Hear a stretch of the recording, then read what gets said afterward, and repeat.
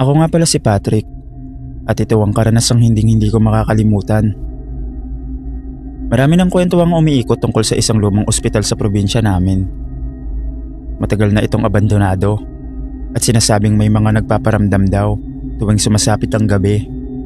Siyempre, hindi ako naniwala. Ako at yung matalik kong kaibigan na si Eugene ay parehong nagyayabangan na matapang kami.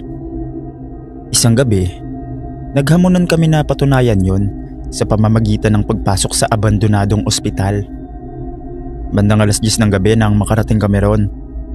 Tahimik na yung lugar at halos wala ng ilaw maliban sa liwanag ng buwan.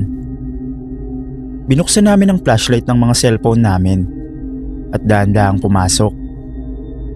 Pagpasok pa lang namin, malamig na agad ang pakiramdam. Amoy lumang gamot at alikabok. May mga sirang kama, lumang wheelchair at nagkalat na gamit sa bawat silid. Habang umiikot kami, nagtatawanan pa kami at sinasabing gawa-gawa lang ang lahat ng kwento. Pagdating namin sa ikatlong palapag, biglang may narinig kaming kaluskos sa dulo ng mahabang pasilyo. Akala namin pusa, kaya itinapat namin ang ilaw. Doon namin nakita ang isang babaeng nakasuot ng lumang uniforme ng nurse. Nakayako lang siya at hindi gumagalaw. Napansin naming hindi pala siya nakatapak sa sahig, kundi lumulutang siya. Tinawag pa siya ni Eugene.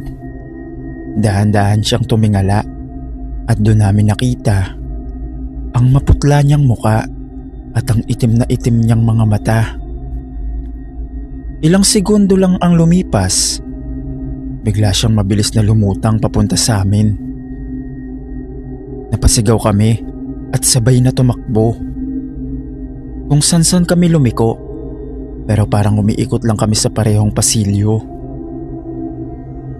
Ilang beses naming hinanap ang hagdan at pangunahing pintuan, pero parang naglaho ang mga yon. Habang tumatakbo kami, palapit ng palapit ang nurse. Kapag lumilingon ako, mas malapit na siya kaysa kanina.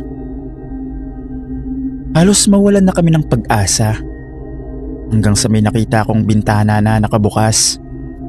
Mataas yun, pero wala namang ibang pagpipilian. "Tara na, kailangan na nating tumalon," sigaw ko kay Eugene. Sabay kaming tumalon kahit hindi namin alam kung gaano kataas ang babagsakan namin. Malakas ang pagbagsak namin sa damuhan. Masakit ang buong katawan namin, pero agad kaming tumayo at tumakbo palayo ng hindi na lumilingon. Kinabukasan, binalikan namin ang ospital kasama ang ilang kakilala.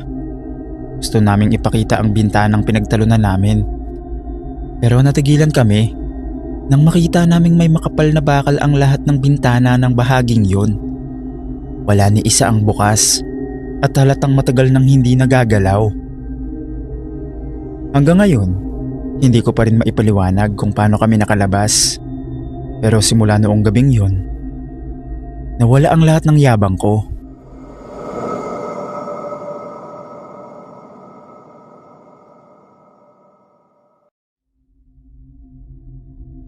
Ako si Tony. Gusto ko lang po ikwento yung karanasan ko sa isang lumang ospital na napuntahan ko. Dumating ako sa bayan namin 7:00 ng gabi. 6 na oras akong bumiyaya mula Maynila at ang tanging pumipigil sa pagod ko ay ang balitang na ospital ang nanay ko. Na stroke daw, sabi ng kuya ko sa telepono. Wala akong choice. Umuwi ako kahit ayoko, kahit may deadline sa trabaho, kahit magagalit ang boss ko. Nanay ko yon. Ang sabi ng kuya ko, sa ospital ng San Lazaro daw dinala si mama. Tinanong ko pa siya kung bakit doon. Alam naman nating sira-sira na ang gusaling yon noon pa. Sabi naman ng kuya ko, na-renovate na daw. Pagdating ko sa San Lazaro, medyo nagtaka ako. Kasi bakit ang dilim? Bakit walang ilaw sa labas? Pero may mga sasakyan naman sa parking lot. Mga luma. Pero may tao sa loob. May guard din sa entrance. Nakaupo lang. Di man lang tumingin sa akin nung pumasok ako. Ang loob ng ospital, malamig. Tipong parang yung lamig sa freezer. Ang mga ilaw, fluorescent, pero kumukurap-kurap. May mga parte ng hallway na madilim. May mga taong naglalakad. May mga nakaputing damit. Mga pasyenteng naka-wheelchair.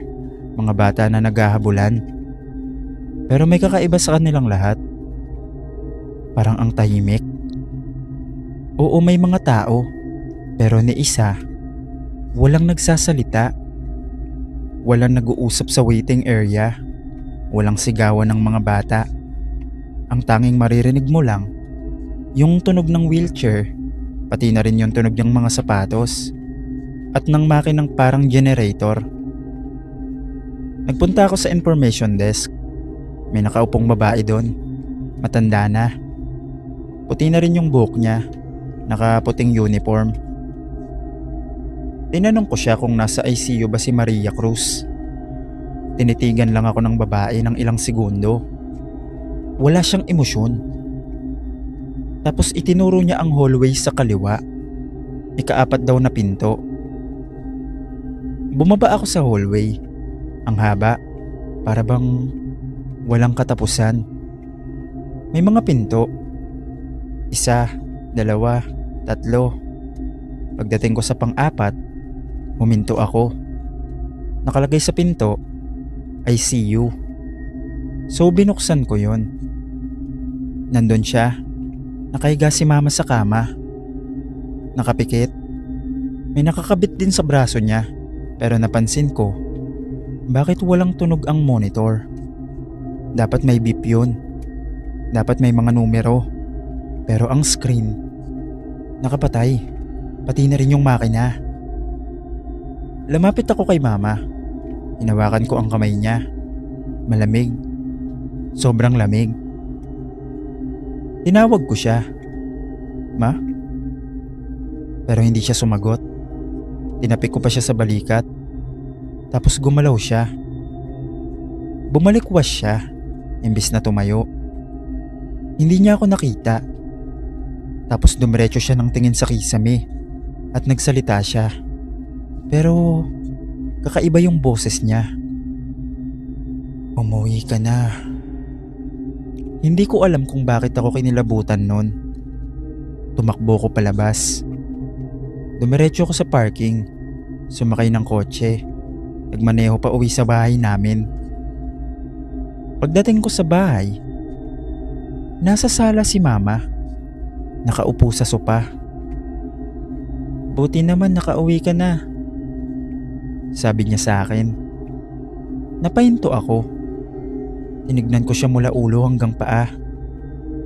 Ma, nasa ospital ka kanina, sabi ko. Tumawa siya. Tapos sinabi niya sa akin na hindi naman daw siya na ospital. Lumingon ako kay Papa, pati na rin sa mga kapatid ko. Sabi ng kuya ko, hindi naman daw siya tumawag sa akin. Napaisip ako, sino yung tumawag sa akin? Hanggang ngayon palaisipan pa rin sa akin yon. Winento ko sa kanila yon, pero hindi sila naniwala. Ang importante sa kanila, umuwi ako sa probinsya namin. Pagkatapos nun, tumambay na muna ako dun sa bahay namin. Nagbakasyon na rin ako. Hanggang ngayon, hindi ko pa rin mapaliwanag yung nangyaring yon.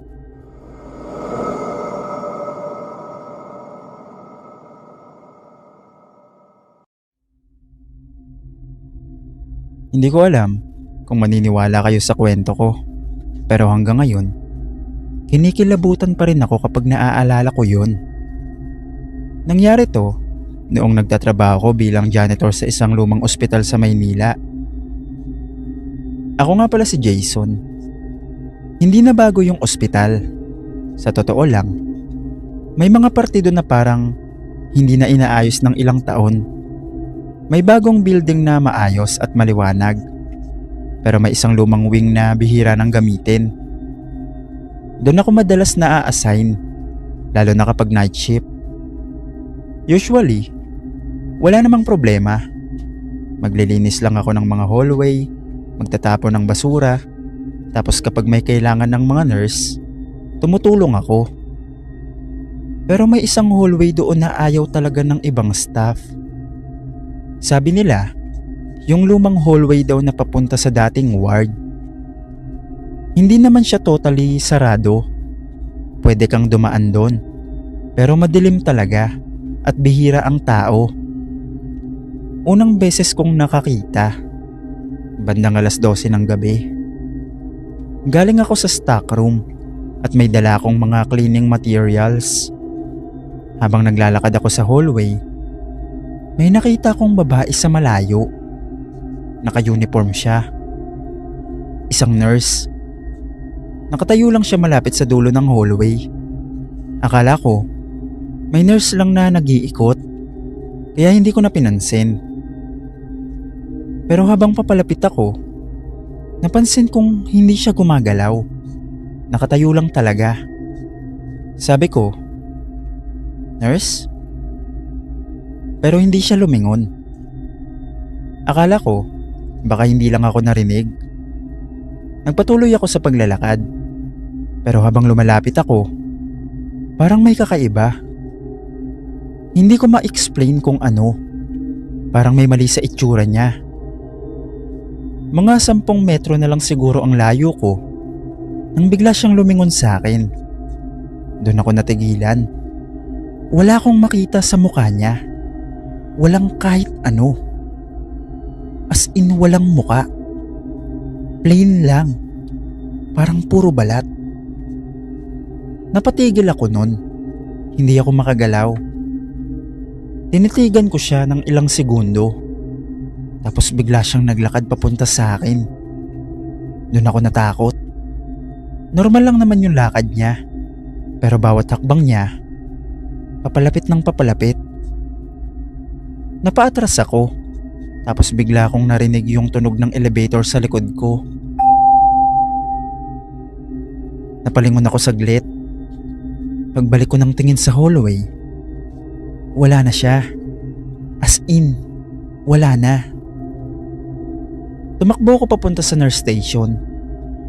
Akala ko baka guni-guni ko lang. Pagdating ko dun, tinanong ako ng isang nurse kung bakit hingal na hingal ako. Sinabi ko sa kanya yung nakita ko. Bigla siya natahimik. Tapos ang sabi niya, "Sa ang hallway." Itinuro ko naman. Hindi na siya nagtanong. Nagkatinginan lang sila ng kasama niyang nurse. Tapos sinabi niya sa akin, "Next time, huwag kang pupunta doon mag-isa." Hindi ko na pinilit magtanong. Akala ko hanggang doon na lang. Pero hindi pala. Makalipas ang ilang gabi, nakita ko ulit siya. This time, nasa tapat siya ng lumang nurse station. Mag-aalas 2 na ng madaling araw noon. Naglalakad ako papunta sa utility room nang makita ko siyang nakatalikod. Yun pa rin yung uniform na suot. Huminto ako. Hindi ko alam kung bakit, pero imbis na tumakbo, tinawag ko siya. "Nurse?" Tumigil siya. Dahan-dahan siyang lumingon. At nakita ko na naman yung mukha niya, na puro balat lang. Siguro iisipin yung baliw ako kasi nakita ko na yun nung nakaraan, pero bakit tinawag ko pa? Pero maya-maya, napansin ko, may ID siya. Hindi ko mabasa ng maayos dahil malayo. Kaya hindi ako lumapit. Nakatitig lang siya sa akin. Tapos itinaas niya yung kamay niya. Itinuro niya yung isang lumang room. Room 12 yata yun. Hindi ko na matandaan. Hindi ko alam kung bakit, pero parang gusto niyang pumunta ako doon. Pero hindi ako sumunod. Tumakbo ko papunta sa nurse station. Kinabukasan, tinanong ko yung isang matagal nang nagtatrabaho sa ospital tungkol sa room 12. Sabi niya sa akin, "Bakit mo tinatanong?" Sinabi ko yung nakita ko. Tapos sinabi niya sa akin na may nurse daw na namatay doon. Maraming taon na ang nakalipas. Night shift daw yun. May nangyari sa isang pasyente. Hindi ko na tinanong kung ano, pero may sinabi siyang hindi ko makalimutan. "Pareho yung suot niya sa suot mo kagabi?" Sabi ko, "Opo." Tumango lang siya. Tapos inilabas niya yung cellphone niya at pinakita niya sa akin ang isang lumang litrato. Group picture ng mga nurse. Luma na yun. Halos kupas na nga eh. Tapos itinuro niya yung isang babae sa likod. Siya yun. Nurse na naka-uniform. Pareho ng uniform na nakita ko. Tapos napansin ko yung pangalan sa ID. Sabi niya, yung babae daw na yun, namatay sa ospital. Hindi niya daw alam kung bakit. Hindi na ako masyadong nagtanong pagkatapos nun. Hindi na rin ako masyadong pumunta sa lugar na yon, lalo na kapag walang kasama. Andito pa rin naman ako nagtatrabaho sa ospital, pero hindi ko nasasabihin sa inyo kung saan talaga yung mismong address. Yun lang naman. Maraming salamat.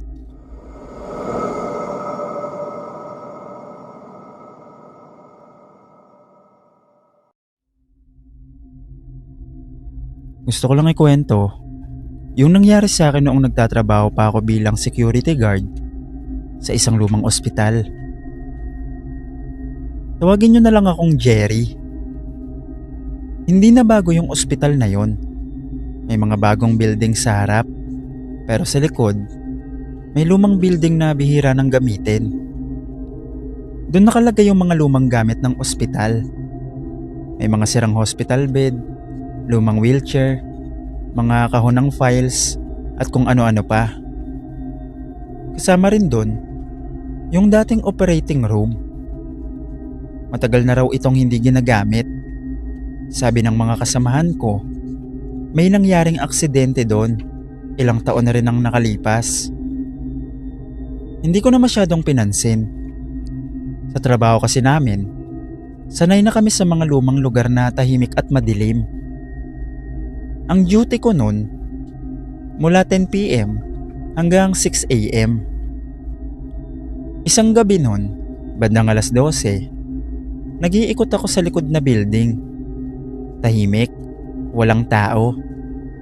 Habang dumadaan ako sa hallway papunta sa lumang operating room, bigla akong may narinig.